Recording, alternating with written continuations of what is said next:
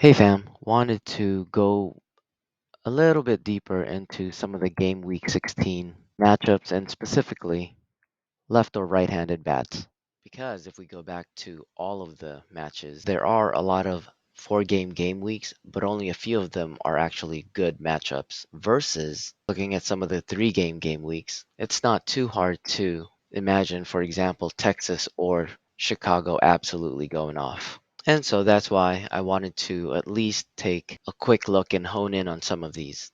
The majority of lineups are right-hand bats, so when there are weak left-handed pitchers on schedule, it's potentially a big added advantage that can help players get closer to their ceiling, whatever that may be. Even platoon specialists can be in play, and natural left-handed bats or switch hitters that do well against left-handed pitchers like Kyle Tucker or Jordan, or currently Ian Happ on the left-hand side, won't lose value and might actually gain. With that said, the right-hand bats were the average of the three left-handed scheduled pitchers.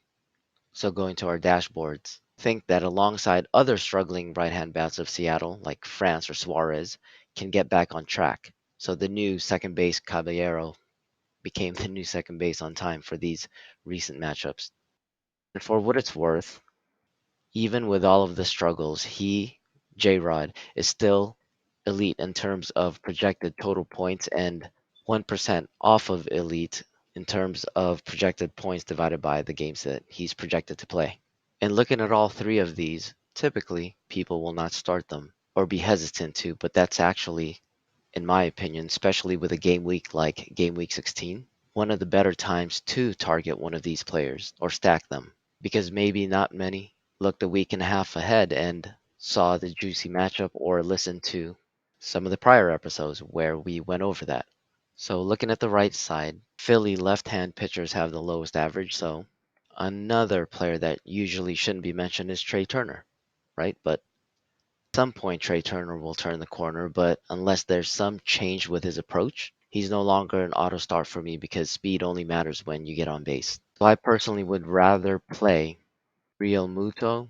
And in terms of lineup decisions, I like to look at the dashboard just to get a comparison of players. And as we look on the right hand side, we can see that, to be fair, as expected, Trey is, relatively speaking, doing terrible compared to Real Muto. But the reason I go through this process is if I'm really objective and was not looking at the name up top, would I actually truly pick person A over person B?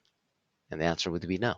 So it's why I'd rather play Real Muto, even though it's probably 3 or 4 games, because he's a catcher and he's kind of in a mini slump. Or maybe I go with Bohm, the other right-hander who's much lower in the lineup, but like Schwarber, Bohm is underperforming his underlying expected metrics, which is a pretty bad sign for Phillies actually, because as bad as they've actually overperformed their ex-WOBA and ex-slug. But anyway, looking at the right-hand side on the comparison, Trey is doing terrible relative to Bohm. But will I actually bench Trey though? Probably not, to be honest.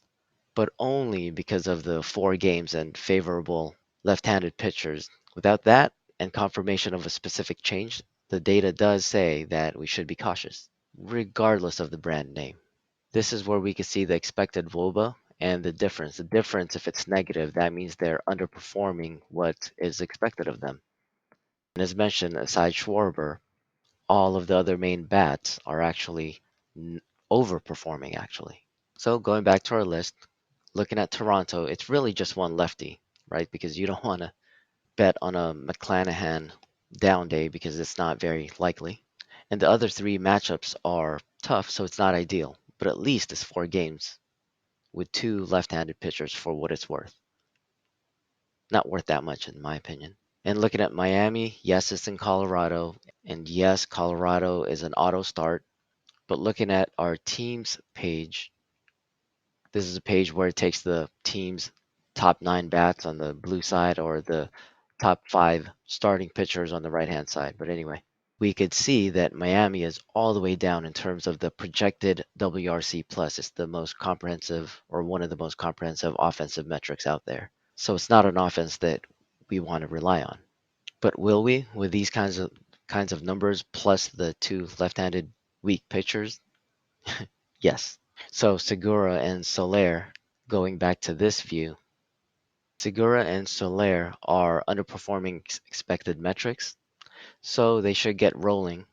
And though Garrett Cooper bats middle, I'd be cautious to start him and will personally only keep his card because Marlins have a decent strength of schedule coming up. And by decent strength of schedule, I mean game week 17 through 20. And then after that, it gets pretty tough. So it's actually a potential sell high opportunity.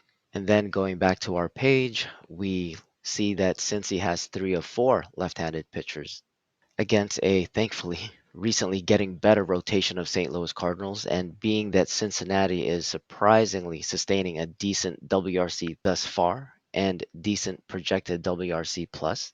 If India plays or Senzel and Steer continue their outputs, they might again outperform their brand names this game week. The next video will be the opposite in terms of handedness, in that we'll focus on the 4 game weeks that have 3 right-handed pitchers to see if we could find left-handed batters that will have added advantages and hopefully smash.